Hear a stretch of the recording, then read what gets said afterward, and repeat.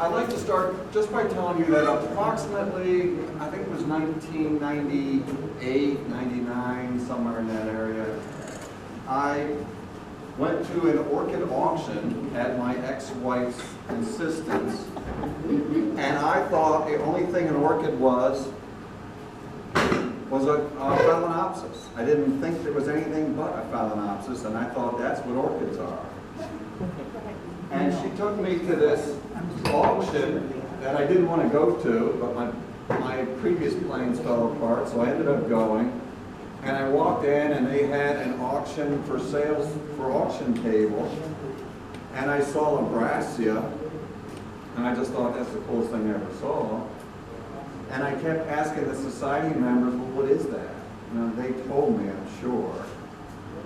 Probably said brassia, which meant nothing to me. I'm like, no, really, what are these? Yeah, I thought this was an orchid auction. It didn't take long for the people in there to avoid me wherever I walked, because I'm sure it was a nuisance. But I got the bug back then, and I got it bad. I had 440 orchids in my house, probably within 2 years. And I was, by then, a member of a society. And I kept asking members of the society, well, I had to have that. How do you grow this? Well, do this, do that, do the other thing. Water that one a lot. Water this one a little. Don't water in the winter. Don't fertilize those in the winter. And I'm like, well, what about this one? And what about this one? Well, I had hair back then. That's probably where most of it went, because I ripped it out. I was introduced to this method somewhere around the turn of the century, and it helped me treat things much more equally. There's exceptions, of course, which I'll talk about in detail, but it really helped me grow most things the same way. And for me, it's really the easiest way. There's a lot of right ways to grow an orchid. There's a lot of ways that work well. I'm offering just one more way. I think it's the easiest.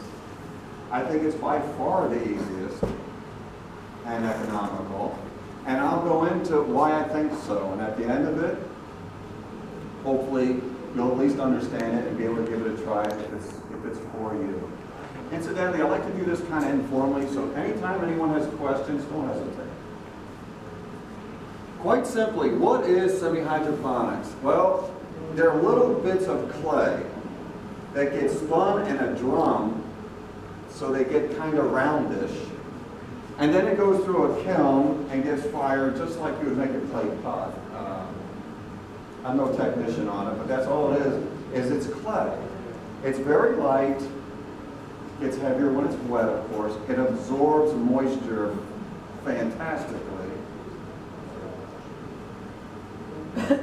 And that's the only media I use, with extremely few, well, there's one group that won't grow this way, and I'll talk about that later.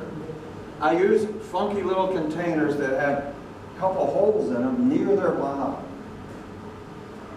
By doing that, I create a reservoir in the bottom. When I water, all I'm doing is filling the bottom to the holes. You can't overwater, that's why little holes are there. Put in too much, it's just going to drain. I water once a week, and in the winter I'll go 10 days to 2 weeks, but I still have humidity usually in the winter. I don't know if that schedule would work here, but you all know your dryness and your conditions better than I ever will. But I like to say the plants water themselves. I fill up the reservoir, and you can see how absorbent this material is. It wicks it up all the way up into the plant. I also use fertilizer all the time. I use 1/4 strength, and I use it all the time. Pretty much the whole industry's gone to doing that, regardless of what kind of media you use, and regardless of how you water. I just always use 1/4 strength fertilizer. Caught myself hosing the floor with it once, which is bad. It's not good economics. Can I ask a real quick question? Sure. When you water, Do you fill it up to the top and then let it drain out, or you just get it to the hole? I just get it to the hole. Okay. There's a lot of science on recommending that you fill the container and helps to try to flush salts. I do not bother. Okay. I'll talk more about the salts later, but I have 20,000 plants growing like this, and I'm not going to waste that much water, and it's never made a difference for me. If I had a small, manageable collection, I might choose to do it, but I'm way past that. Some people have the orchid bug still. I do not. I have the orchid affliction. Some of the advantages I talked about, it helps to create uniformity. It's not foolproof for everything, but it has eliminated a lot of those little details that I rip my hair out with. I like to use MSU, which is Michigan State University Orchid Food. That's all I've ever used. Since I've been doing it this way, I get fantastic results with it. In the last 2 years, I listened to 2 orchid judges say, I don't change for nothing, and I use that. When you get an orchid judge to change his spots, you've done pretty well. And I didn't do it, they just already are using it.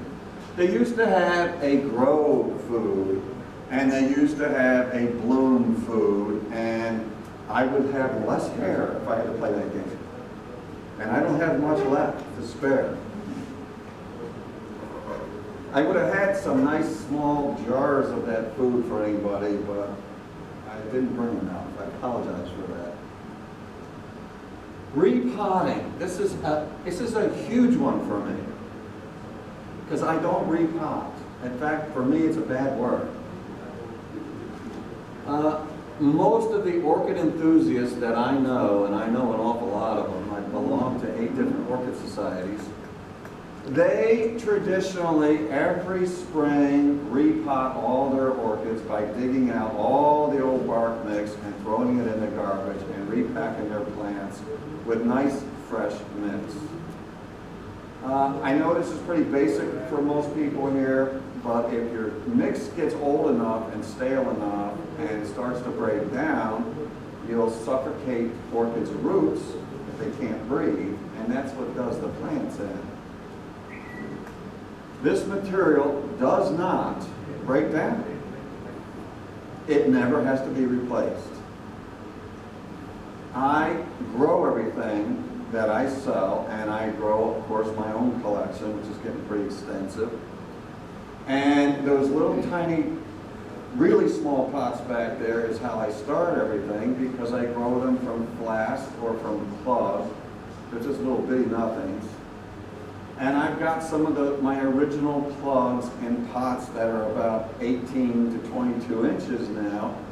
And the little starter cups pebbles are still in there somewhere. They have to be potted up. The only time you have to pot them up, which is what I like to say instead of repotting, is quite frankly when there's no room left for the plant to grow in the container it's in. It's not governed by the seasons anymore or a calendar. There were some pictures of minor neglect, and when the roots are out of the container, it needs more space. Sometimes you get that particular cross, in fact there's one back there, they just love to go in a straight line, so they try to get out of the pot as fast as possible. There are ways you can cheat sometimes to pop a plant up that really doesn't need a bigger container except for how crazy it's growing. And that's one method. You can gently try to manipulate some of the pebbles out of the opposite side of growth and try to keep it in a manageable sized pot.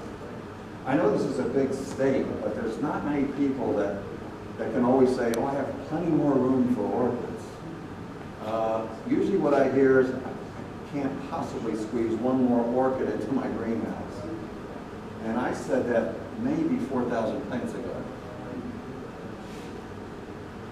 Quite often, when you take a plant out of one of these containers after it's been in there a long time and is really adapted well, Sometimes not a single pebble moves when you take it out. You put it in a larger container, you just add pebbles. It's really that simple. Every book I've ever read has said when you repot an orchid in a traditional way with a traditional mix, it puts the plant in shock for approximately 2 months. Well, most of the people I know repot them once every year, and that's a whole lot of shock for that poor plant's life. If you grow them this way, and they need more room, and you pot it into a larger container, and almost nothing moves from the previous container, there's no shock. How can the plant know anything happened? It pops out of there almost the way it looks in the pot, and you gently put it in another container and add pebbles. There's no way the plant can really know anything once it's happened. So there's no shock. We've all been told never repot a plant when it's in bloom because you run the risk of shortening the flower's life or blasting the buds if that's the case. You can do it anytime with this. That one was done in bloom and it didn't miss a beat. One important thing about repotting this though, and when I was introduced to this by some PhD guy in Pennsylvania, his name's Ray, he always told me to add pebbles in a new pot, and I say never do that. I mean on the bottom, before you place your plant in. What was the bottom always stays the bottom when you go into a larger container. I made that mistake once, and it was quite evident quite quickly. Another advantage is I like to grow specimen-sized plants. I don't want to keep dividing my plants to keep them small. Judges love a big, nice presentation. I've gotten quite a few awards and quite a few best in shows just because I had a whole lot going on in one pot. Judges really dig it. That's in an 18-inch diameter pot. It looks like a fancy pot, but it's a plastic pot that does not have bottom drain holes. You can find them around if you're looking for them. I just strategically put holes at, I guess, a strategic distance from the bottom. The bigger the pot gets, I increase the height of the reservoir ever so slightly. That one's a little bit taller because it's a big pot. That picture is years ago, and it's still in that pot, and it's about twice that size. It's a fun way to grow. Could you imagine digging the bark out of something that big once, let alone annually? I wouldn't do it. I'm not lazy, but I wouldn't do it. And I think that's why it's hard to find really large plants, even in displays. Because they get to where they're just a tremendous burden. And a lot of times they don't get their mix changed often enough, and I can fully understand why. And then when you finally go to do it, the middle's gone, it's rotted away. And then you have multiple plants with you, like it or not.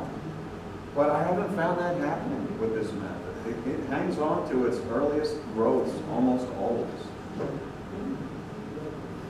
Another advantage is bugs. If there's anyone in here that's never had a bug on their plant, well, you will, sooner or later.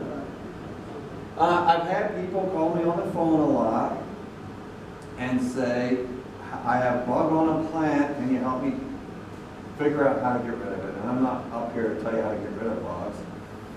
But I usually ask them, are you doing this? Yes, I'm doing something like that. And I almost always remind them that, well, the gestation period for your bug is a week to 10 days-ish, which is common. So I said, make sure you treat the plant again, even if you don't see anything. And they sometimes say, I did that. But yet, after a while, they come back. Well, they love to hide in bark. Apparently they dig bark. They don't dig this stuff. There's nothing down there for them. Absolutely nothing. It helps to eradicate a bug problem if ever you get one. That's probably my favorite one, other than maybe growing specimen-sized plants. Cost. If you've got a small collection, I doubt it's that big of a deal. But this stuff costs about the same as a quality bark mix. In fact, some people are telling me it's cheaper. And the quality bark mix, at least some of them, they're throwing it away. So every year this stuff's half price, because you don't ever throw it away. It's with the plant for good. I'll talk a little bit about if you have a plant and you want to switch it over to this method. I've done, I can only guess, maybe 3,000 or 4,000 conversions. The best way to ever repot, even in a traditional fashion, is to soak your potted portion of your plant. And I mean really soak it. If an orchid's root gets wet enough, long enough, it'll let go of anything. The easiest way for me to do it is I put the potted portion in a bucket of water, probably fertilized water, no one may, and let it soak. Sometimes I give it a half hour if it's a small pot, sometimes I give it a couple hours. I love to tell this one little story about a plant that I had to have, and unfortunately I can't remember what it was. It was a long time ago. It was maybe a 6 to 8 inch round pot. And I put it in the bucket of water, the whole potted portion, like I always do. And after it was about an hour or two, I popped it out of its pot. That was not difficult. But then I started gently trying to knead the old mix out of this plant. I probably didn't get an inch to an inch and a half into it, and it was absolutely bone dry. The middle had never seen a drop of water, even though it was submerged for a couple hours. I ended up soaking that pot for an entire day, and still the middle gave me a little bit of trouble. But I finally got it clean enough to convert it to just pebbles, because I get rid of all the old mix. The reason I like to tell that story is the traditional way to water an orchid in bark is to soak it at your sink or whatever your means is. And they like to say until you see water pouring out of all of its drain holes. Well, the plant that I just talked about, how on earth could you ever water that plant properly? If it's soaked for an entire day and didn't even hardly get wet in the middle, there was no way that plant was ever going to be watered properly in a traditional fashion. But with this method, I fill the reservoir, it waters itself. It's really easy. And you can fill the reservoir this quick with your watering device, because it's not just that much space down there. Eventually it's full of roots and pebbles, and it takes very little water to fill it. My original 440 plant collection, or thereabouts, before I adopted this method, it seemed like I was late to get started watering by the time I finished, to really water them correctly. I mean, it's not like I sit home all day and didn't have a real job, but it also taught me, my first love was oncidiums, it taught me why I didn't do well with them. They needed a lot more moisture than I was giving them, and I was trying to water them the way they teach you to water, but it was inadequate, at least it was for me. After you get all the old nasty mix off, place it fairly deep in the container. This was not taught to me originally, and it posed some problems. Not for everything, but it posed problems on a lot of things. I have entire batches on my bench in the early going when I decided to grow commercially. And they're little itty bitty cattleyas, because I grow more cattleyas than anything. Incidentally, I read this poem or something in an AOS magazine a while back, and it was funny to me, but it said, it doesn't matter what you start collecting in orchids, you end up with cattleyas. I'm sure that's not true with everybody, but that's me. Anyways, place it deep in the pot. The way it was taught to me is you fill with pebbles at least up to the top of the holes, and then you deal with your plant. And I had these entire batches of seedlings on the bench that seemed like a year would go by and just nothing was going on. If they don't send out a new taproot, as I call it, that finds the moisture, they're just, at the very top, it's kind of dry. They wicks the moisture up, but so far. They're going to rot off the old roots in favor of growing in a new system. Orchids really will do that. They're really smart plants.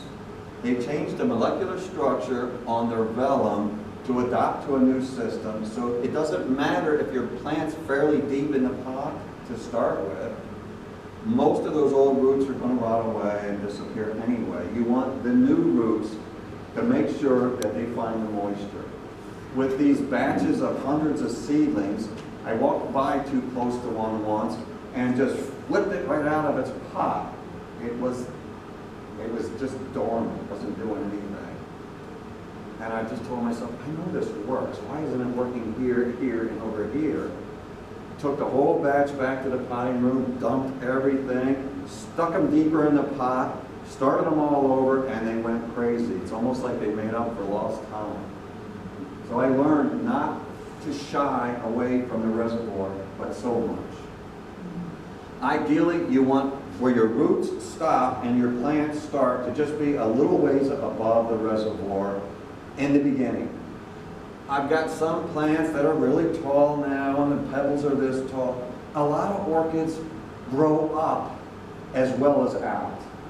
And when it's time that they need a new container, you're going to make sure that the new growths, their roots, are still going to find the pebbles and the reservoir. So I'm not as concerned with the old growths as I am the new growths when I pot them up. I mean, after all, that's where your production's going to come from for most gentlemen. Then just fill in the rest. I shake it, I tap it, I wiggle the pots just to let the pebbles settle down, and that's it. I don't do anything else. I'll talk a little bit about a lot of the groups that I grow, and a little bit about some of the groups that I don't grow because I get testimony. As I mentioned, I love cattleyas, and I grow mostly cattleyas now. You know, in my beginning, they were considered the finicky group, or at least one of the finicky groups. And for me, I could use them as footballs growing in this. And I think they do just fine. Just amazingly well. It might be because they can go into a dormancy. Not that this is dormant anymore. You ever see in box stores the net baskets where they have cattleyas on things hanging there for sale? In the beginning, I think it was a Home Depot had a sale on these and I bought a bunch. Some of them now are this big. They just do that well. Any time of the year for cattleya is not a problem. I had in my old collections, some of the plants did not look that great. Some of them even gave them a haircut with their roots, and they still came back and did well. One of my favorite stories with a cattleya is I went into a Lowe's when I lived in Virginia Beach, Virginia, and I had a coat on. It was that chilly. And they had an outdoor table that said, take 50% off the last reduced price on these plants. Well, I'm a plant lover, so I always go in the store that way, even when it's cold out. And I'm looking around this table, because it's a pretty big table with all kinds of stuff on, and I found 4 little potted cattleyas. No flower, of course. The best description I can give for these, they were all the same, but there was 4 of them. The only fair description I could give you to describe these 4 plants was an old cigar stuck in mud. There wasn't hardly a root to be found when I took them home. But there was no price on it. So I went to the cashier and she says, I gotta get you a manager. And this guy walks over and says, can I help you? And I said, there's no price, so what's 50% off? And he looked at the 4 plants and he said, you don't want that. He says, well, I have to charge you something. So I think it was like 50 cents a piece or something. 2 of them did die. I mean, they were that bad. And one of them I sold years later for 35 bucks. And one of them is in my collection because it's gorgeous. I just got lucky that it was a beautiful cattleya. Here is a cattleya out of its pot, and you can see even way down at the bottom where the reservoir is, fresh new root growth when I went to pot that out. This isn't cherry picked, it's typical. I had a judge tell me once, I don't know if it was a cat lady, I don't remember, but he came to my display at an orchid show, and he said to me, he says, there is no way there's anything down below those holes but rotted nothing. And I popped a plant right out of its pot and turned it upside down and said, all he did was shake his head and walk away. He didn't know what to make of it. My first love was oncidiums. I didn't grow them very well. By the way, that's that brassia when I was introduced to what an orchid could be. And that's a long time ago at that. There is a best time to convert the oncidiums, in my opinion. And the best time is when they have new growths, but before those new growths have their own roots. It gives the plant the right timing to think, aha, I gotta do something a little different. I've tried them at all different times, and sometimes it just seemed like if I didn't catch them at the right time, or before I learned what the right time might be, that they kind of just froze in time, and 6 months, 9 months would go by and nothing was going on. So maybe the plant was confused, I don't know. But it's the best time to catch them is with new growths, but before new growths roots. This is a few years ago. It's an oncidium that is probably in a 14-inch pot, if I remember right. And I put this on my display in a Roanoke orchid show, Roanoke, Virginia. And it's an old cross that's been around forever, but they dated best plant in show just because it was doing so well, I guess. It had 14 spikes, I think. But what was most important, or maybe not most, was they paid me $100 for it. I'm like, that's cool. A presentation is wonderful, and the more you have, the better. There's some typical oncidiums out of their container. And could you imagine trying to dig the mix out of that? I think the plant would start crying. It's just not necessary. Phragmipediums, you know, for those perhaps that don't know much about them, they grow in riverbanks. They're found in nature in standing water, sometimes. They love to keep their feet wet. Very easy to grow, but you need to keep them wet. Well, what better way to grow something that needs a lot of water?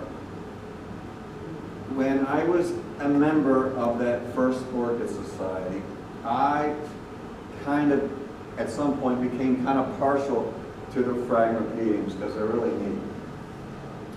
And there was a lady in that group that mostly grew phragmipediums, and I asked her at some point, I said, how do you do it? How do your plants just look so awesome? And she told me that grow them right. I said, well, I knew that, and I was doing it. She said, you got to keep them wet. Really, you can't overwater phragmipediums. And I said, I knew that too, but you just do so much better. She says, I keep them so wet, I change the mix every 6 months. I'm like, oh no, I'd have less hair. That's just too much work.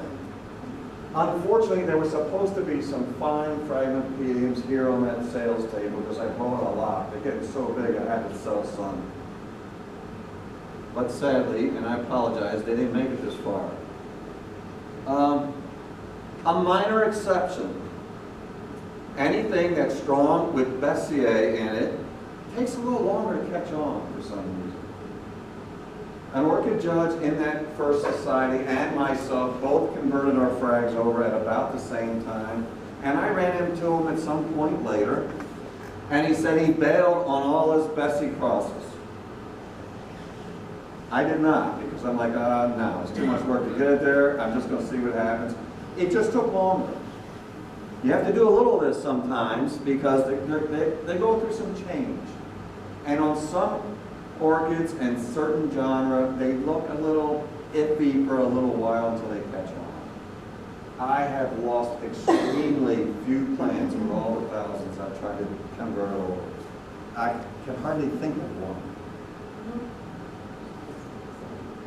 It's group doesn't have too many questions. It's going to go quick.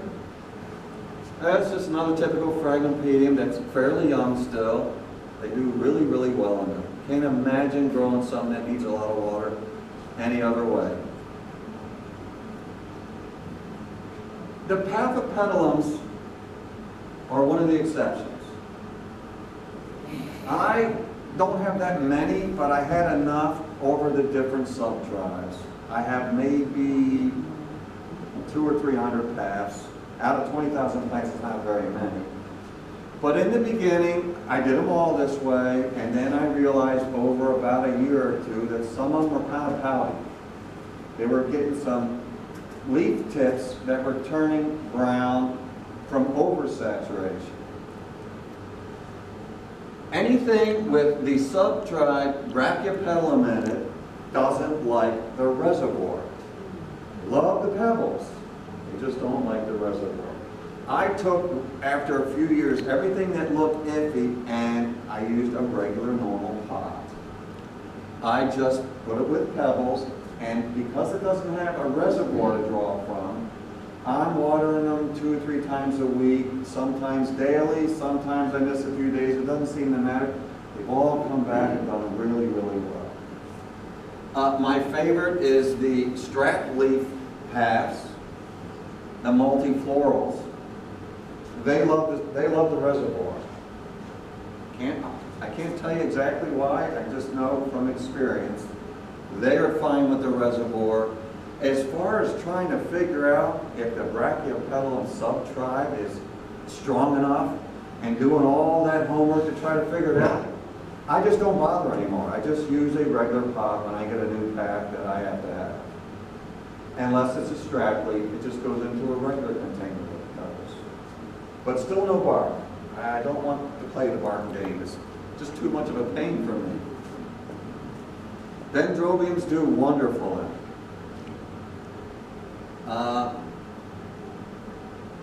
I personally like the twisted ones. I always say it kind of matches my personality. And I have tried species, I've tried the Phalaenopsis dendrobium types, I've tried a few others. They grow like weeds in it. I love to tell this little story. The plant on the right is a spectabile. In my first couple years, I bought a few plants from Larry's Orchids. I can't remember where he is, up northeast, I think. And he sent me this 1-inch tall free plant in the package. And that's the plant on the right. And the first 2 years, how it survived, I have no idea, because I tried to commit murder to it at least twice. And it wasn't very healthy, even when I'm like, what can I lose? I stuck it in one of those little tiny starter pots, because it was still that weak and small. I just kind of ignored it, just went into the mix. It took it a little while, but it caught on. And that picture is years old. It does really, really well. I bought a compot of Dendrobium pixie charm a long time ago. And it's in a hanging basket, but it's in a semi-hydroponic pot, just like all these others, in the hanging basket. I put the pots in baskets when they're penniless. And now I put pots in baskets just to have more growing room, and I have layers of hanging baskets in the greenhouse. It creates different light levels, which is good for some things. But that was a couple of years ago, and the judges just went crazy about it, and it's just so easy to do. It was really, really easy to do. That was in the Richmond Orchid Show, which is close to where I live. And they gave me a growing award for it and an AM. They love the flowers. And I had 2 of these plants. And for some reason, even though they're from the same community pot, one of them always blooms 2 weeks earlier than the other one. And the one that I couldn't show was half again as bigger than this. And I thought, guaranteed get another award at one point or another. Just haven't had a chance to show the other one yet. Try to ignore this part of the neglect. But it's a typical out of the pot dendrobium. I like to show you what goes on. You can see how well they curl around the bottom, where judges tell me there's no way an orchid root will tolerate that reservoir. You know, I think the oncidiums really do need to dry out in between waterings, as do a lot of the different genre. But a well-established oncidium in one of these pots, the reservoir is gone in 24 hours. In 36 hours or less, there's no sign of moisture anymore in the pot. I still water them once a week, so they are going through a wet-dry cycle. I don't grow Phalaenopsis as a rule. They're not my thing. I know they're popular. Maybe that's why they're not my thing. They're everywhere I look. And because usually someone's going to ask me, does this work well with Phalaenopsis? You're not going to see slides up here much about Phalaenopsis. I think there's one. But I've had people tell me they do really, really well in it, but they don't water them very often. There's a gentleman that I met that says he has over 100 Phalaenopsis grown like this. And I said, you know, I'll pass on the information. You tell me. You educate me with it. He says he waters about every 3 weeks. I doubt if that would work here as well as it works up there. But I think overwatering a Phalaenopsis could do him in. I mean, I really don't grow them. To me, I apologize to anyone here that loves them. We're all different. To me, they're just kind of boring. Except for one.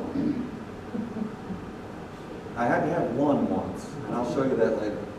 Vandas, in my opinion, do not like to be potted, period.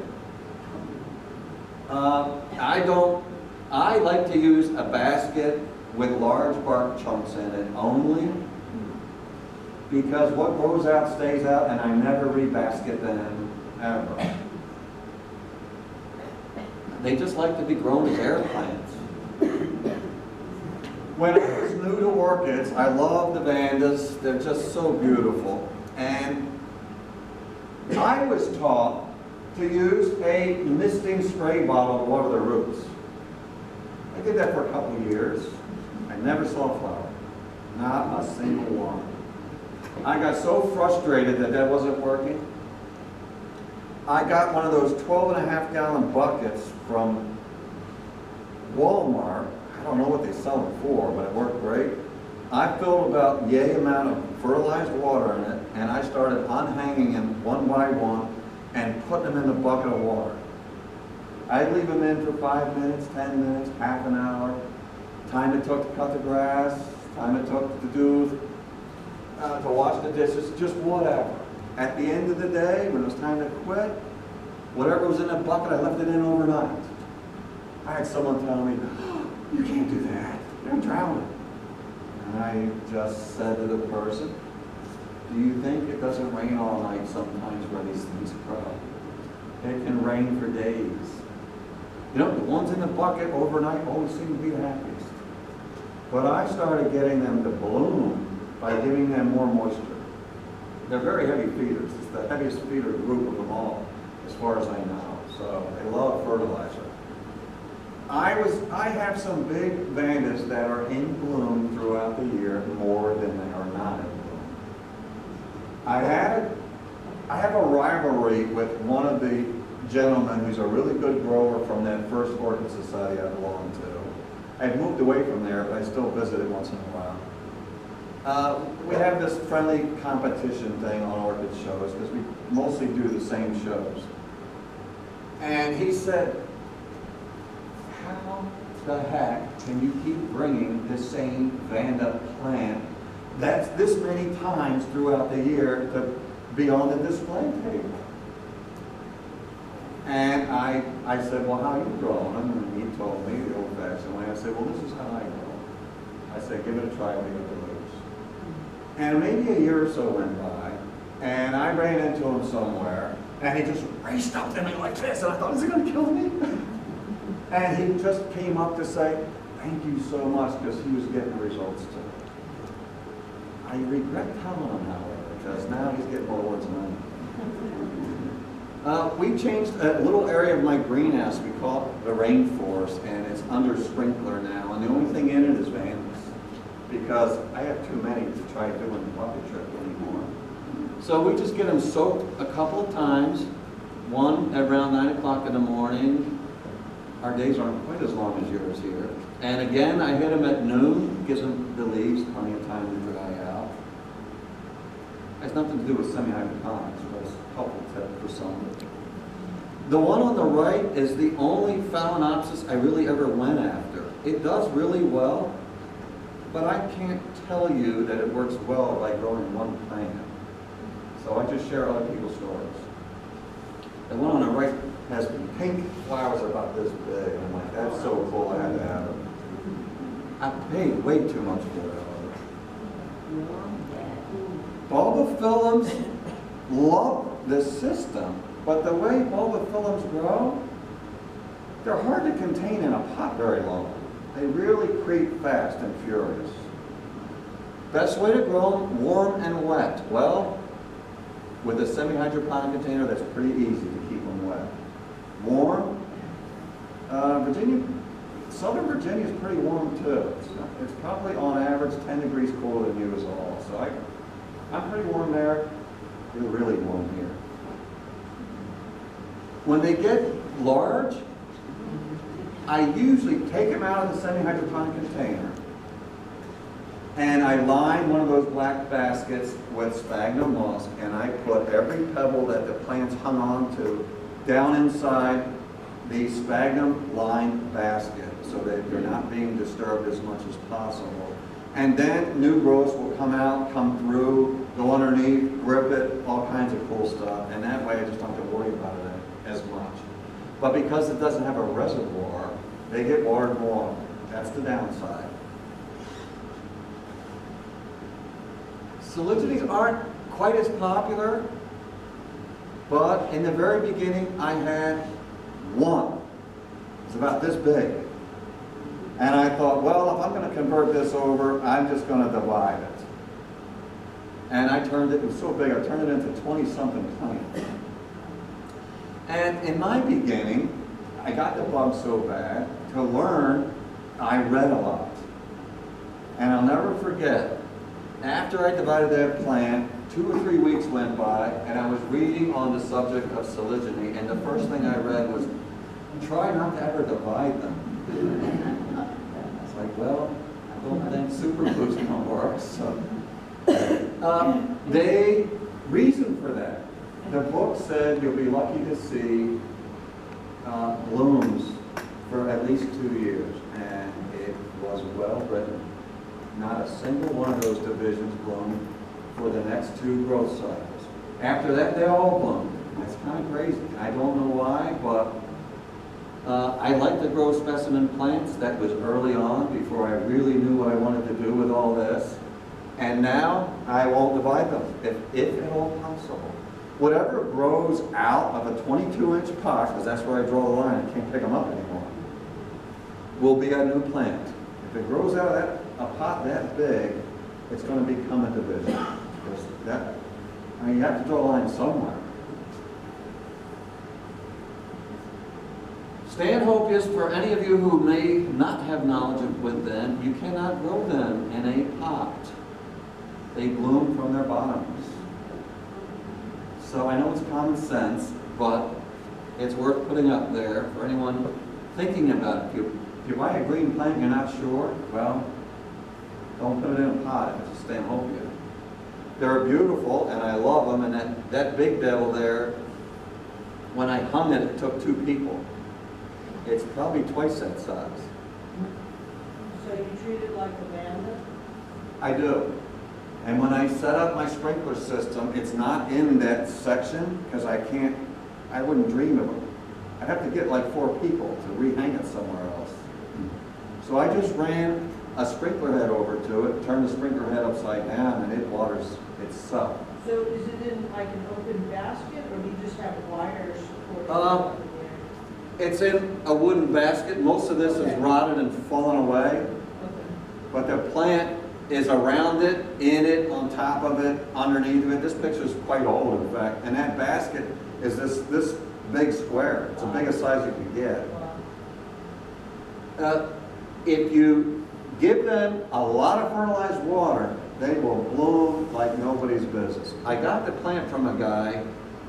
It was about half the size of the one you see on the right. And he said, you know, I just have a hard time blooming this one. And the first year I had it, didn't do a whole lot, but the second year I had it, I think I stopped counting around 60 flowers. The Stanhopias put out huge, waxy, beautiful, and wonderfully fragrant flowers. The downside to them is the flowers last about 2 to 3 days. But to make up for that, they just keep sending out new shoots.